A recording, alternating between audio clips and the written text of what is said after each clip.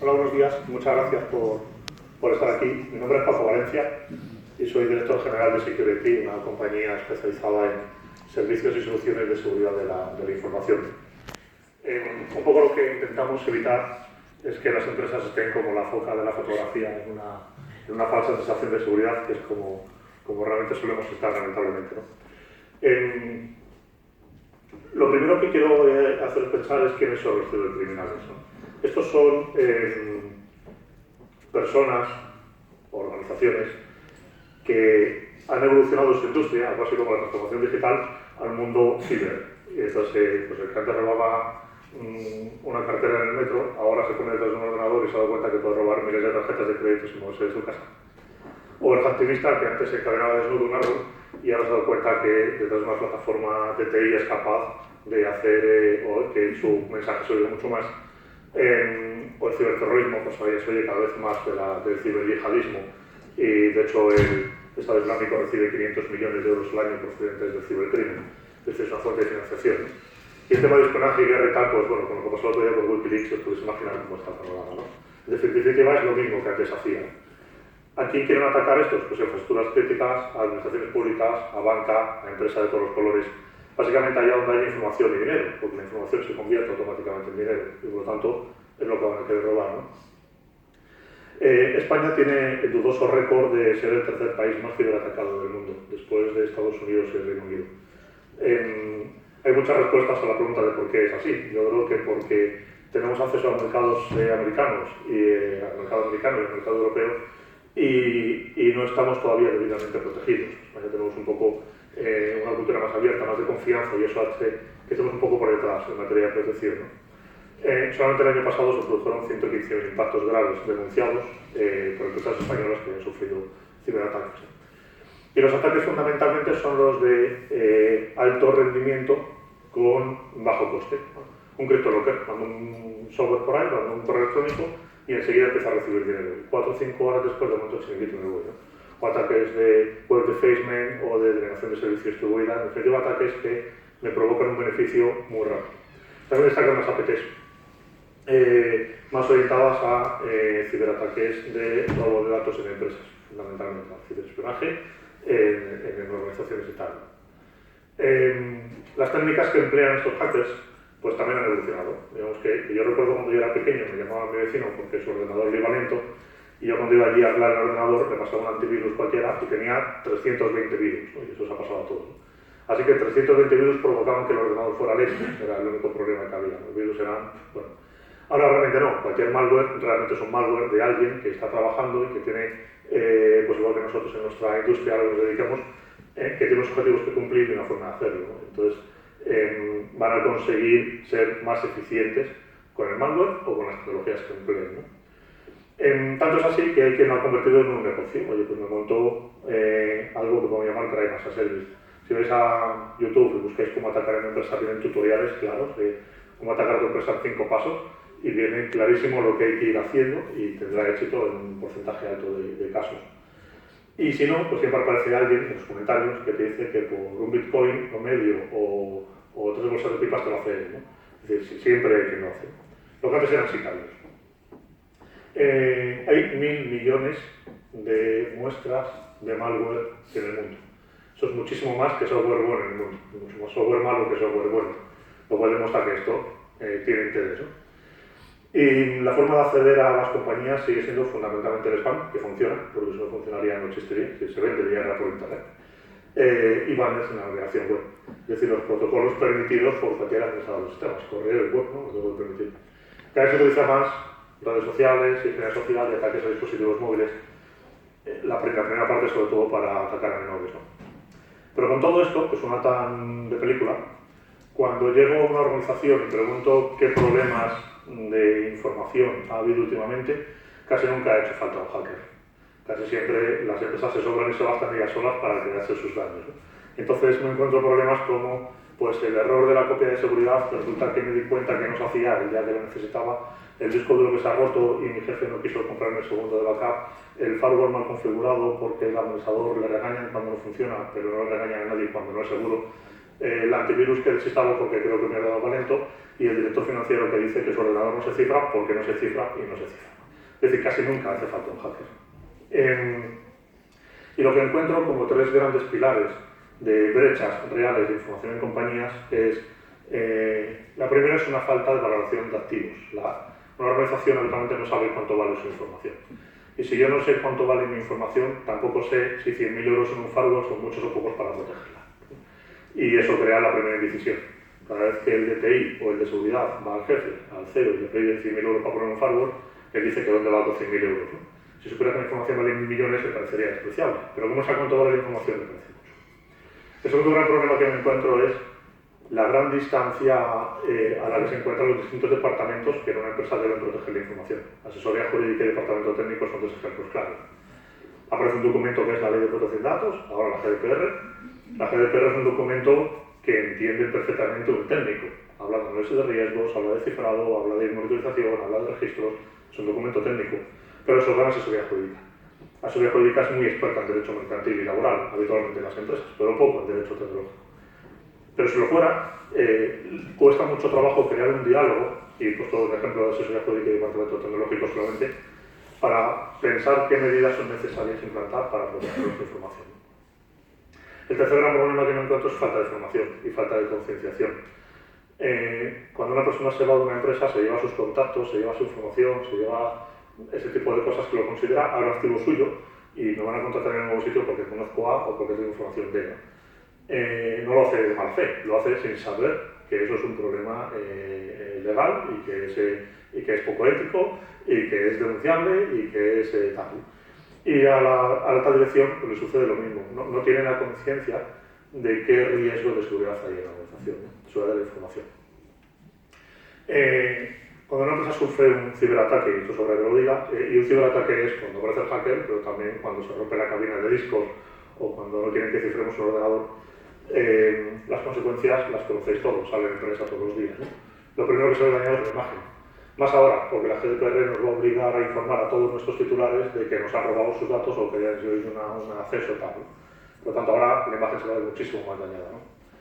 El daño sobre la imagen impacta directamente sobre el negocio, o siente que es el perjudicado es el negocio.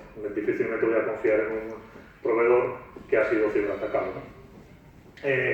También sobre el cumplimiento, o sea, encima que me atacan y me roban los datos y tengo que informar a mis clientes, encima de todo eso viene otro y me multa, ¿no? Y los activos aquellos tan difíciles de valorar, resulta que es lo que yo quiero proteger y por hecho de ser atacado bajan de valor. Es decir, mi lista de clientes vale lo que vale y una vez que es robada ya vale menos. ¿Vale? Por lo tanto, el activo que quiero proteger cambia de valor. ¿Qué es lo primero que tenemos que hacer? Aparte de todas las medidas técnicas que se han encontrado aquí esta mañana, algo muy importante es entender que seguridad informática no es lo mismo que seguridad de la información. Seguridad informática es un problema de los informáticos que arreglan los informáticos. Y yo, que soy informático, quizá no que lo diga, pero la informática es demasiado importante como para dejar las manos de informáticos, ¿no? Al final, seguridad de la información es proteger los activos de información que tiene la empresa, que a veces descansan en sistemas informáticos y a veces no. Y esa información tiene que ser protegida desde varios puntos de vista, ¿no? Jurídico, técnico, de vigilancia, etc. Descanse o no descanse en sistemas de información, ¿no? Y el área de seguridad informática deberá proteger la infraestructura, la cuna donde duermen mis datos. Pero no puedo responsabilizar al departamento de TI de mis datos, porque él los guarda, pero no sabe ni lo que ponen ni lo que valen, o lo debería, ¿no? Así que para entender o para aplicar medidas de seguridad, la alta dirección de la compañía debería pensar en primer lugar, el cumplimiento. Bueno, ahora está tratando moda, el Código Penal, GDPR, protección de datos de toda la vida, medidas sectoriales, porque nos ponemos de España, la IPA, la FDA, etcétera, etcétera.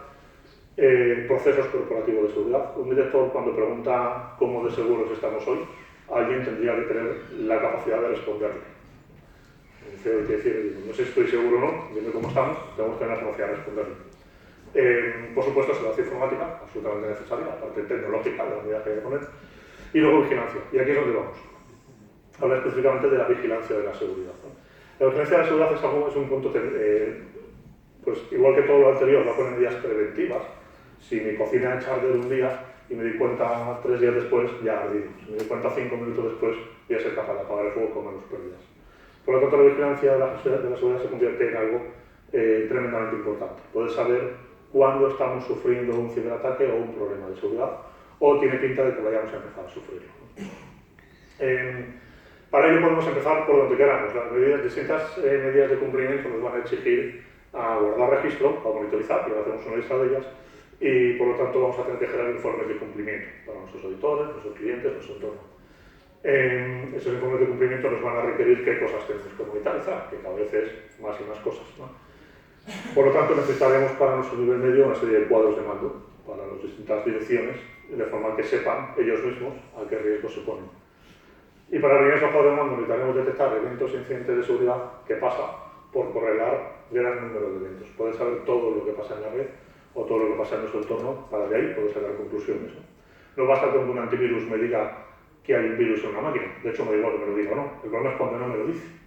El problema es cuando yo veo un comportamiento extraño y el antivirus no lo ha detectado, el firewall no lo ha detectado, el WAF no lo ha detectado.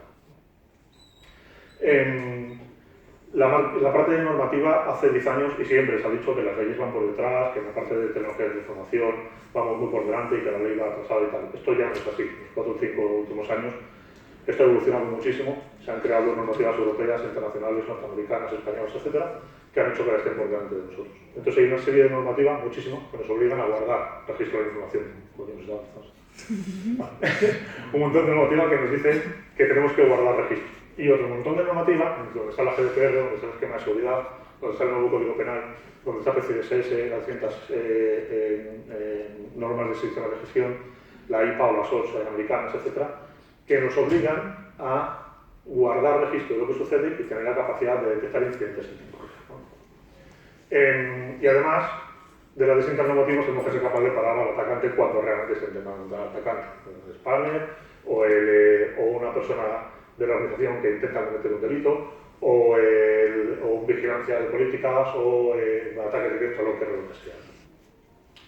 Así que tenemos que distinguir entre la propia gestión de logs, que es guardar registros a lo bruto, eso es una máquina en la que tenemos que guardar cosas y cosas y cosas, y ya, si algún día pasa algo, vamos a ver qué pasó, o el concepto de SIEM, ¿no? Seguramente lo tengáis más o menos definido. El concepto SIEM es una máquina capaz de analizar muchísimas cosas y buscar patrones en esas cosas que busca para identificar cuando algo es distinto a lo que tiene que pasar, ¿no?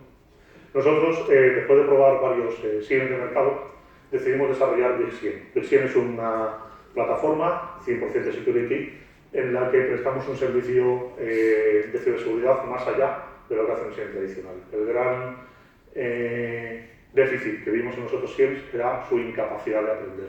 Tuvimos que crear una máquina capaz de aprender cómo se portaba algo para que cuando se porte de forma distinta sepamos que es un ataque.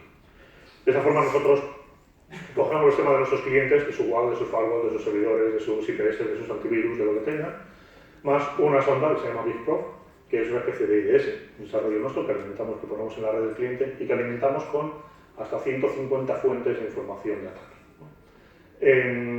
Todo esto aquí nos envía logs, nos envía información a un Big Data que los almacena de forma desestructurada. Tan desestructurada que habrá ciertos sistemas que no manden logs, que nos manden, por ejemplo, un correo. Imaginaros la plataforma de Azure, alguien intenta entrar y te manda un mail diciéndote que ha detectado no sé qué. Nosotros decimos esos correos, reports, SNMP, cualquier otra cosa, a otro desarrollo que es Emitulo, o la 2L, para alimentar toda esta base de datos. El gran truco es el Vision Controller, montado sobre un Machine Learning y es capaz, como digo, de identificar patrones de ataque entre toda la información que recibimos. Nosotros correlamos unos 200 millones de eventos diarios. Eso quiere decir que tenemos una fuente de información brutal de todos los clientes que nos mandan información, más otros CERTs que nos mandan información, para poder saber cuándo algo es un comportamiento de ataque. Cuando se quiere detectar que algo es un comportamiento de ataque, genera la alerta que inmediatamente provoca una respuesta, ¿no? Al mismo tiempo, el propio sistema sirve para hacer análisis forense, para generar reports y para visualización en tiempo real. Acabo. Algunas pantallas de la visualización en tiempo real. Bueno, es importante que uno pueda ver pues, el mapa de sus firewalls o el mapa de su red e identificar de una forma muy gráfica dónde está sufriendo un ataque. Ya no solamente tener gráficas, informes y relojitos y batiburillos, sino un dibujo de mi red donde mi servidor de correo se pone en rojo cuando está recibiendo un ataque de spam. Y debajo me ponen la frase que está recibiendo un ataque de spam y que el origen es este. Y todo eso, insisto, no porque el anti-spam me lo diga, sino porque de hecho el anti-spam no se da cuenta, sino por reglas de comportamiento. Bueno. Aprovechando esto, que es una plataforma de NOC tradicional, de gestión de sistemas tradicional, pues ya que gestionamos la seguridad, gestionamos también aspectos como la disponibilidad, la capacidad de rendimiento. Y es que lo necesito medir. tengo que saber el ancho de banda que ocupa cada servidor, porque posiblemente esa información me sirva para determinar si hay un ataque global, o cómo se está llenando el disco duro, porque posiblemente me sirva para saber si hay un ataque global. Así que nuestro BigSIEM aporta la capacidad de análisis, ¿no? En este caso, 245 millones de eventos provocaron 432 ataques. Esto es una foto real de hace unos días, ¿no? Ataques que te ven tan claro como que se ha detectado un ataque que viene de una IP concreta. Y luego hace falta, esto vale, te avisa, y ante un aviso de estos, pues uno puede hacer, correr, tal, no sé qué, falta la capacidad de respuesta, ¿no? La capacidad de respuesta, estos son gráficas, la capacidad de respuesta la aporta nuestro CERT, ¿no? Que es personal equipado, trabajando 24 horas al día, muy experto, que recibe una información de un ataque y bloquea el ataque en tiempo real. Con unas medidas que incluyen pues, aspectos legales. Por ejemplo, si detectamos que el ataque es europeo o americano, tomamos una evidencia para hacer un informe forense para luego determinar si presentamos una demanda judicial o no. Si es un ataque que viene de China, igual no merece la pena, y entonces únicamente lo bloqueamos, ¿no? Pero todas esas respuestas tienen que estar muy estructuradas. Y en una organización suele ser difícil la estructuración de este tipo de respuestas, especialmente en empresas medianas o pequeñas, ¿no? Ser felices y muchas gracias.